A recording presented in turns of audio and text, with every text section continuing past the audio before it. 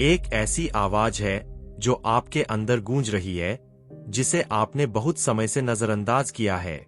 आप महसूस करते हैं, आप जानते हैं कि आपके लिए कुछ बहुत बड़ा इंतजार कर रहा है। कुछ ऐसा जो आपकी बनाई हुई रोज की दिनचर्या, आपके बोझ और जिम्मेदारियों से बहुत आगे है। उस जिंदगी से आगे जो सुरक्षित तो लगती है, पर आपको पूरी तरह से संतुष्ट नहीं करती। और जब आप अकेले होते हैं, तो आपकी आत्मा की गहराइयों से एक आवाज आती है। एक आवाज जो पूछती है, क्या बस यही है?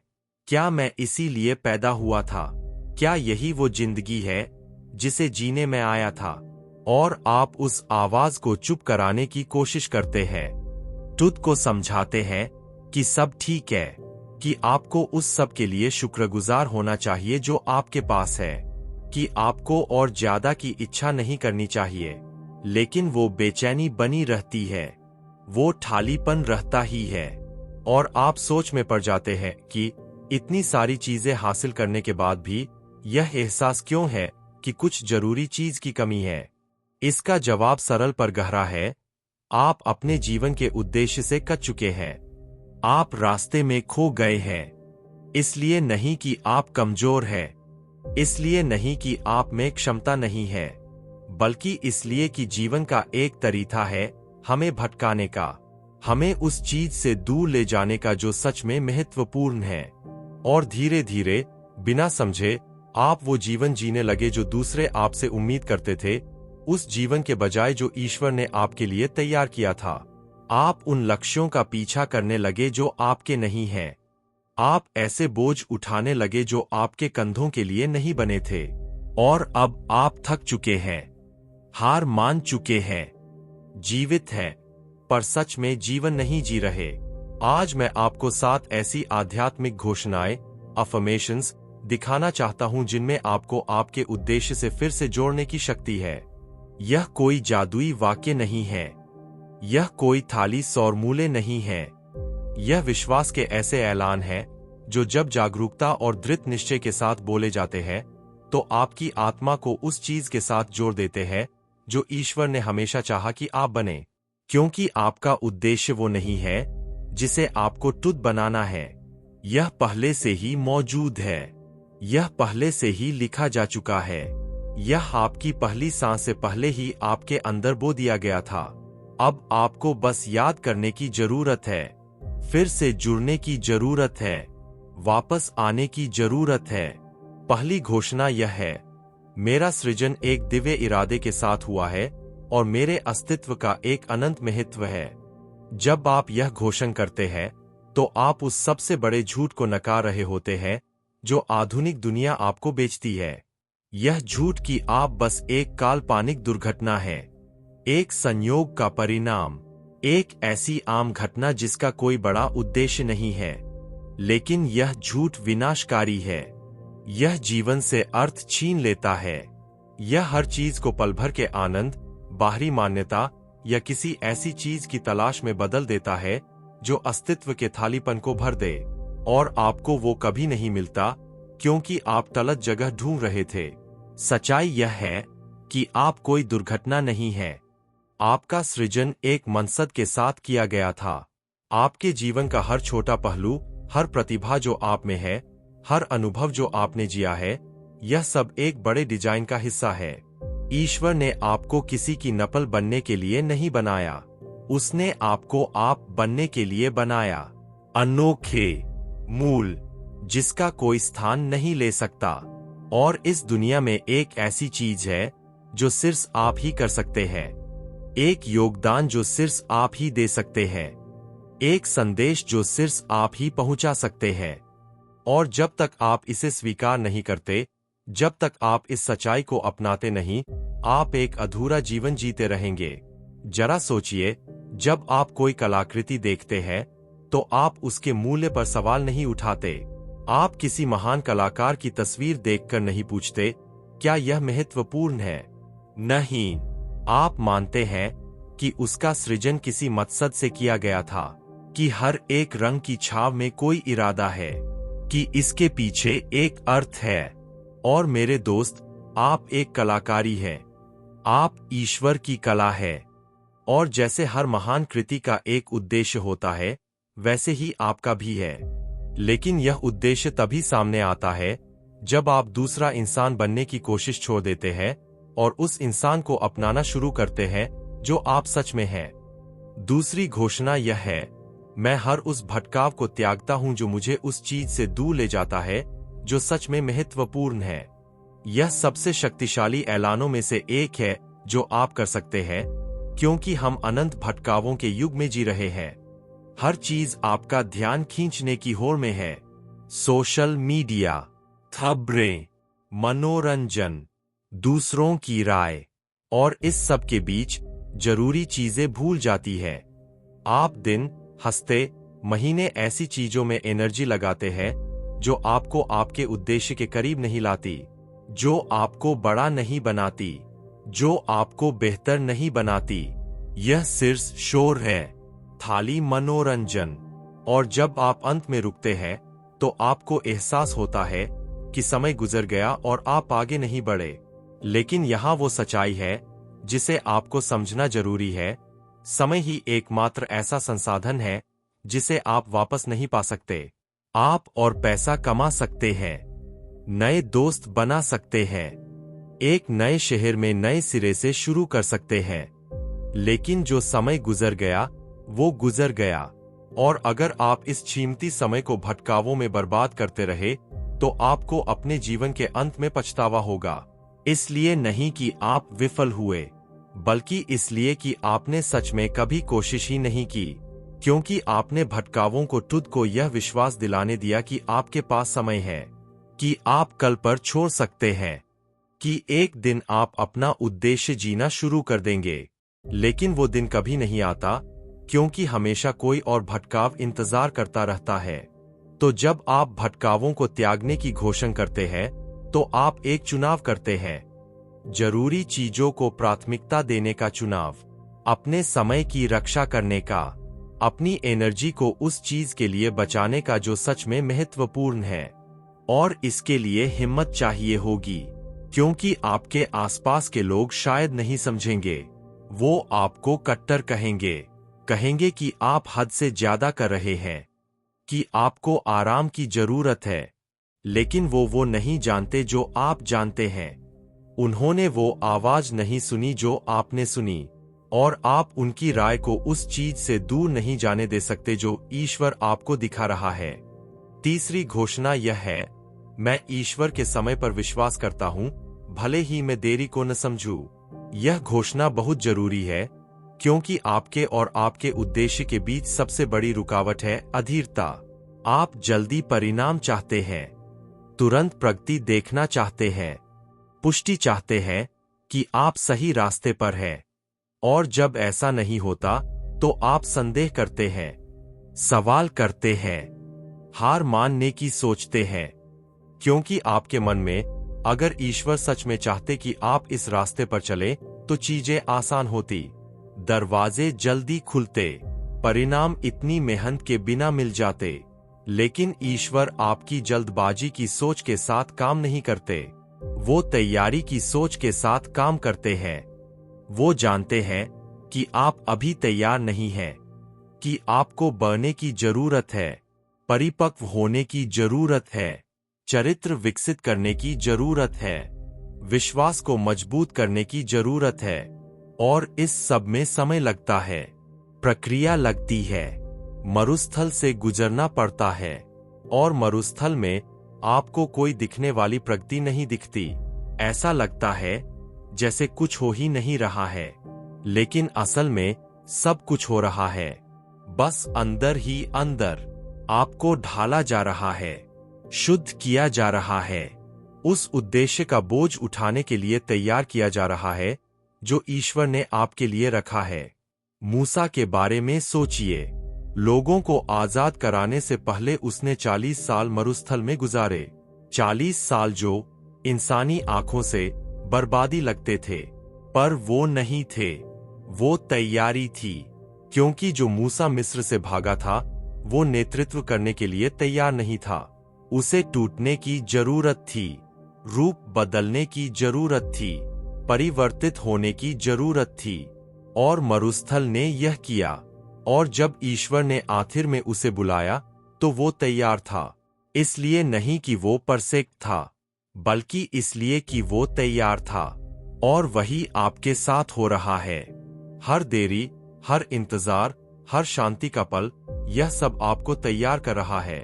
और जब ईश्वर का समय आएगा तो आप समझेंगे कि आपको इंतजार क्यों करना पड़ा। चौथी घोषणा यह है, मैं स्वीकार करता हूं कि मेरा उद्देश्य उस चीज से अलग हो सकता है जो मैंने प्लान किया था। यह एक मुश्किल घोषणा है, क्योंकि हम सबके पास प्लान्स होते हैं, सपने होते हैं, एक दृष्टिकोण होता है कि हम जीवन को कैसा चाहते थे। और जब हकीकत उन प्लान से मेल नहीं खाती, जब जीवन एक अलग मोड़ लेता है, तो हम विरोध करते हैं, हम निराश होते हैं, हम सवाल करते हैं कि ईश्वर हमें वो क्यों नहीं दे रहा जो हम मांग रहे हैं। लेकिन आपको यह समझना जरूरी है, आपके प्लान सीमित है। वो उस पर आधारित है जो आप जानते हैं, जो आपने देखा है, जो आपको संभव लगता है। लेकिन ईश्वर के प्लान्स अनंत रूप से बड़े हैं। हो सकता है कि आपने आराम की जिंदगी की योजना बनाई हो, लेकिन ईश्वर ने असर डालने वाले जीवन की योजना बनाई। हो सकता है कि आपने एक आसान करियर की योजना बनाई हो, लेकिन ईश्वर ने परिवर्तन की यात्रा की योजना बनाई। हो सकता है कि आपने सुरक्षा की योजना बनाई हो, लेकिन ईश्वर ने साहस की योजना बनाई। और जब आप अपने प्लान से चिपके रहते हैं, तो आप सीमित कर देते हैं कि ईश्वर आपके जरिए क्या कर सकते हैं। क्योंकि ईश्वर जोर नहीं डालेंगे, वो आपको खींचेंगे नहीं। वो आशा करते हैं कि आप छोड़ देंगे, कि आप विश्वास करेंगे, कि आप कहेंगे, प्रभु, जैसा मैं चाहता हूं वैसे नहीं, बल्कि जैसा आप चाहते हैं वैसे हो। और जब आप ऐसा करते हैं, जब आप अपने प्लान्स को छोड़ देते हैं और ईश्वर के प्लान्स के लिए खुल जाते हैं, तो कुछ असाधारण होता है। आप ऐसे अवसर देखने लगते हैं जो आपने पहले नहीं देखे थे। आप ऐसे लोगों से मिलने लगते हैं जिनसे आपने उम्मीद नहीं की थी। आप ऐसे अनुभव जीने लगते हैं जिनकी आपने कभी कल्पना भी नहीं की थी, क्योंकि अब आप अपनी खुद की सोच से सीमित नहीं हैं। आप दिव्य दृष्टि के साथ जुड़ चुके हैं। और वो दृष्टि हमेशा बड़ी, हमेशा बेहतर, हमेशा उस सबसे ज्यादा महत्वपूर्ण होती है जो आप अकेले प्लान कर सकते थे। अब मैं आपसे जानना चाहता हूं, आप कौन से शहर से देख रहे हैं?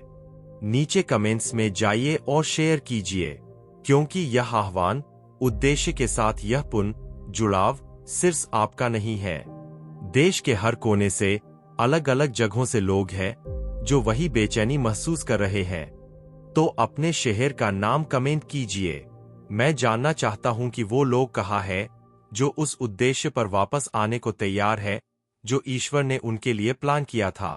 पांचवीं घोषणा यह है, मैं हर उस डर को आजाद करता हूं जो मुझे ठप कर देता है और विश्वास में चलना चुनता हूं। डर उद्देश्य के सबसे बड़े दुश्मनों में से एक है।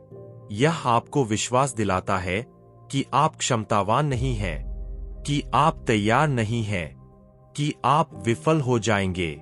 और यह आपको बंदी रखने के लिए पिछले उदाहरण, पिछली नाकामियों की यादें और उन लोगों की राय का इस्तेमाल करता है जिन्होंने आप पर विश्वास नहीं किया, और आप इस पर विश्वास कर लेते हैं। आप डर की आवाज को ईश्वर की आवाज से ज्यादा सुनते हैं, और इसलिए आप वहीं रुके रहते हैं। इसलिए नहीं कि आप आगे नहीं बढ़ना चाहते, बल्कि इसलिए कि आप कोशिश करने और विफल होने से डरते हैं। लेकिन मैं आपको एक बात बता दूं, डर कभी भी पूरी तरह से जाता नहीं है। आप एक दिन सुबह उठकर अचानक हर डर से मुक्त नहीं हो जाएंगे। जो बदलता है वो डर की अनुपस्थिति नहीं है, यह डर के प्रति आपकी प्रतिक्रिया है। आप डर महसूस कर सकते हैं और फिर भी काम कर सकते हैं। आप संदेह कर सकते हैं और फिर भी कदम उठा सकते हैं, क्योंकि विश्वास डर की अनुपस्थिति नहीं है। विश्वास यह भरोसा है कि डर के बावजूद ईश्वर आपके साथ है। अनिश्चितता के बावजूद वो नियंत्रण में है। जब आप पूरा रास्ता नहीं देखते तो वो देखते हैं। और यह काशी है।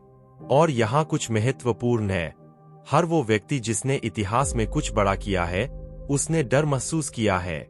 दाऊद ने डर महसूस किया जब उसने गोलियत का सामना किया। एस्थर ने डर महसूस किया जब उसे राजा के सामने पेश होना पड़ा।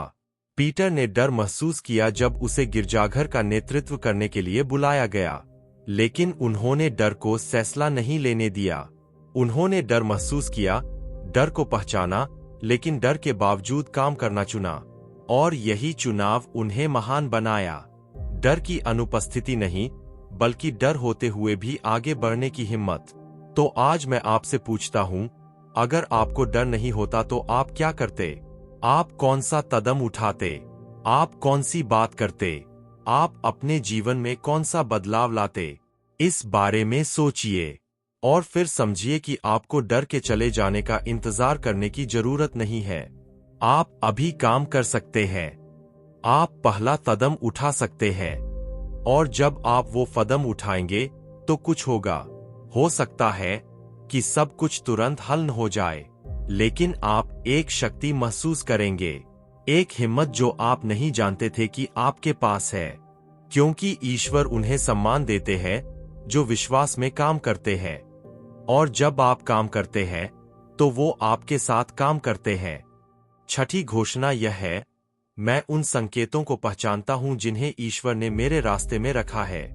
अक्सर आपके अपने उद्देश्य से कटाव का कारण यह नहीं है कि ईश्वर बोल नहीं रहे हैं, बल्कि यह है कि आप ध्यान नहीं दे रहे हैं। ईश्वर हर समय संकेत दे रहे होते हैं, दरवाजे खोल रहे होते हैं, लोगों को ला रहे होते हैं, ऐसी परिस्थितियां बना रहे होते हैं जो आपको दिशा देते हैं, लेकिन आप इतने व्यस्त, इतने भटके हुए, अपनी चिंताओं में डूबे हुए हैं कि आप ध्यान नहीं देते और संकेत गुजर जाते हैं।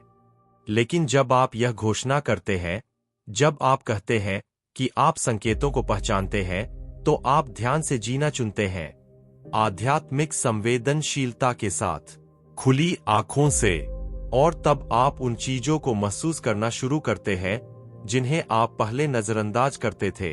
वो आम बातचीत जिसमें असल में एक गहरा संदेश छिपा था, वो अवसर जो अचानक सामने आया, वो दरवाजा जो ठीक तब खुला जब आपको जरूरत थी। आप देखना शुरू करते हैं कि यह संयोग नहीं है, यह दिव्य व्यवस्था है। यह ईश्वर का मार्गदर्शन करना, दिशा देना, रास्ता दिखाना है। और यहाँ कुछ ऐसा है जिसे आपको समझना जरूरी है।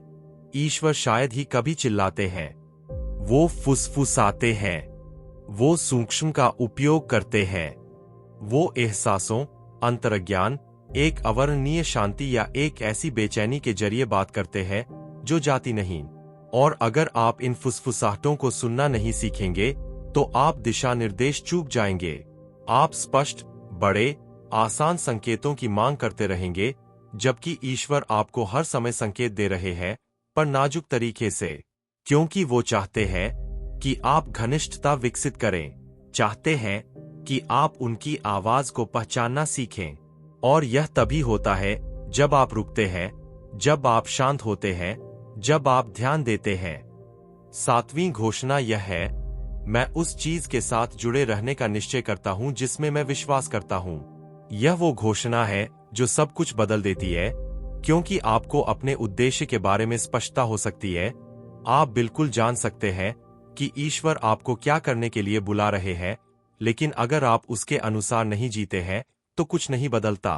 काम के बिना ज्ञान एक भ्रम है, प्रतिबद्धता के बिना उद्देश्य एक कल्पना है, और बहुत से लोग ऐसे ही जीते हैं, जानते हैं कि उन्हें क्या करना चाहिए पर करते नहीं, जानते हैं कि उन्हें क्या बदलना है पर बदलते नहीं, और साल गुजर जाते हैं और जीवन वैसा ही रहता है, क्योंकि सबसे महत्वपूर्ण तत्व की कमी थी, प्रतिबद्धता की।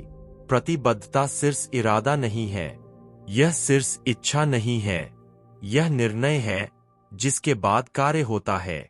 यह हर दिन जागना और उस चीज के अनुसार जीना चुनना है जिसमें आपने कहा कि आप विश्वास करते हैं, तब भी जब यह मुश्किल हो, तब भी जब कोई देख नहीं रहा हो, तब भी जब आपका मन न हो, क्योंकि जब सब कुछ ठीक चल रहा हो तो उद्देश्य के प्रति विश्वासी रहना आसान होता है। असल परीक्षा तब होती है जब चीजें मुश्किल हो जाती है, जब आप थक जाते हैं, जब परिणाम नजर नहीं आते। वहीं प्रतिबद्धता सामने आती है। वहीं आप पता लगाते हैं कि आप सच में विश्वास करते हैं या यह सिर्फ एक पल का जज्बात था। और मैं आपको बता दूं, दुनिया ऐसे लोगों से भरी पड़ी है जिन्होंने शुरू किया और तत्व नहीं किया, जिनके पास बड़े विचार थे पर अनुशासन नहीं था, जिन्होंने आह्वान सुना पर कीमत चुकाने की हिम्मत नहीं की। लेकिन आप उन लोगों में से नहीं होंगे, क्योंकि आप एक ऐसी बात समझते हैं जो वो नहीं समझते, कि उद्देश्य वैकल्पिक नहीं है, कि आप यहाँ सिर्फ अस्तित्व के लिए नहीं हैं, आप यहाँ योगदान देने के लिए हैं, असर डालने के लिए, एक निशान छोड़ने के लिए। और इसके लिए प्रतिबद्धता की जरूरत होती है। इसके लिए आसान को ना कहना और सही को हाँ कहना जरूरी है। तो मैं आज आपको चुनौती देता हूं, अपने जीवन को देखिए और ईमानदारी से खुद से पूछिए, क्या मैं उस चीज के अनुसार जी रहा हूं जिसमें मैं कहता हूं कि मैं विश्वास करता हूं? क्या मेरे कार्य मेरे मूल्यों को दर्शाते हैं? क्या मेरा समय उस चीज में लग रहा है जो सच में महत्वपूर्ण है? क्या मेरे रिश्ते मुझे मेरे उद्देश्य के करीब लाते हैं या दूर ले जाते हैं? अगर जवाब नहीं है तो खुद को दोष मत दीजिए, लेकिन आराम भी मत कीजिए। समायोजन कीजिए, फैसले लीजिए। जो बदलना जरूरी है उसे बदलिए, क्योंकि हर वो दिन जब आप असमंजस में जीते हैं वो बर्बाद होता है और आपके पास ज्यादा दिन बचे नहीं हैं। यह 7 घोषणाएं सिर्फ खूबसूरत शब्द नहीं है, यह चाबियां है, आध्यात्मिक दरवाजे खोलने वाली चाबियां, जो आपकी आत्मा को दिव्य उद्देश्य के साथ फिर से जोड़ती है, जो आपको उस चीज से फिर से जोड़ती है जो हमेशा आपके अंदर थी पर सोई हुई थी। और जब आप इन घोषणाओं को रोजाना घोषण करना शुरू करते हैं, जब आप उन्हें आंतरिक करते हैं, जब आप उन्हें जीते हैं, तो कुछ बदलता है। जादुई तरीके से नहीं, तुरंत नहीं, लेकिन गहराई से, धीरे धीरे, हमेशा के लिए। क्योंकि उद्देश्य वो नहीं है जिसे आप बाहर ढूंढते हैं। यह कोई पद नहीं है, यह कोई उपाधि नहीं है, यह कोई बाहरी उपलब्धि नहीं है। उद्देश्य आंतरिक है। यह वो है जो आप है। यह आपकी आत्मा का सार है। और जब आप इससे फिर से जुड़ते हैं, जब आप वो जीवन जीना बंद कर देते हैं जो दूसरे आपसे उम्मीद करते हैं और वो जीवन जीना शुरू करते हैं जो ईश्वर ने प्लान किया था, तो सब कुछ बदल जाता है। आपके रिश्ते बदलते हैं, आपके काम को अर्थ मिलता है, आपके चुनाव ज्यादा स्पष्ट हो जाते हैं और आप आखिर में वो शांति महसूस करते हैं जिसे आप ढूंढ रहे थे। वो निश्चय कि आप सही जगह पर हैं, सही काम कर रहे हैं, सही व्यक्ति हैं। मैं आपका सम्मान करना चाहता हूं जो यहां तक पहुंचे हैं, क्योंकि यह दिखाता है कि आप अलग हैं, कि आप सत्सत्य मनोरंजन नहीं ढूंढ रहे हैं, आप सच्चाई ढूंढ रहे हैं, आप वास्तविक परिवर्तन ढूंढ रहे हैं। और यह मुझे दिखाता है कि आप वो हैं जिसे ईश्वर किसी बड़े काम के लिए बुला रहे हैं। तो मैं आपसे एक बात चाहता हूं, कमेंट्स में जाइए और लिखिए, मैं उस उद्देश्य को जीना चुनता हूं जो दुनिया की बुनियाद से पहले मेरे लिए लिखा गया था। यह वाक्य सिर्फ एक कमेंट नहीं है, यह एक ऐलान है। यह आप है जो सार्वजनिक रूप से कह रहे हैं कि आप प्रतिबद्ध हैं, कि अब आप अधूरा जीवन नहीं जिएंगे, कि आप जो कुछ भी आपके पास है उसके साथ उस चीज को ढूंढेंगे जो ईश्वर ने हमेशा आपके लिए प्लान किया था। और खत्म करने से पहले मैं आपको कुछ बहुत जरूरी याद दिलाना चाहता हूं, आप इस यात्रा में अकेले नहीं हैं। ईश्वर ने आपको अकेले चलने के लिए नहीं बुलाया है, वो आपके साथ है, हर कदम पर, हर फैसले पर, हर संदेह पर। और वो आपको बीच रास्ते में नहीं छोड़ेंगे, क्योंकि जो उद्देश्य उन्होंने आप में बो दिया है वो सिर्फ आपके भले के लिए नहीं है, यह बहुतों के भले के लिए है। लोग उस चीज का इंतजार कर रहे हैं जो सिर्फ आप ही दे सकते हैं।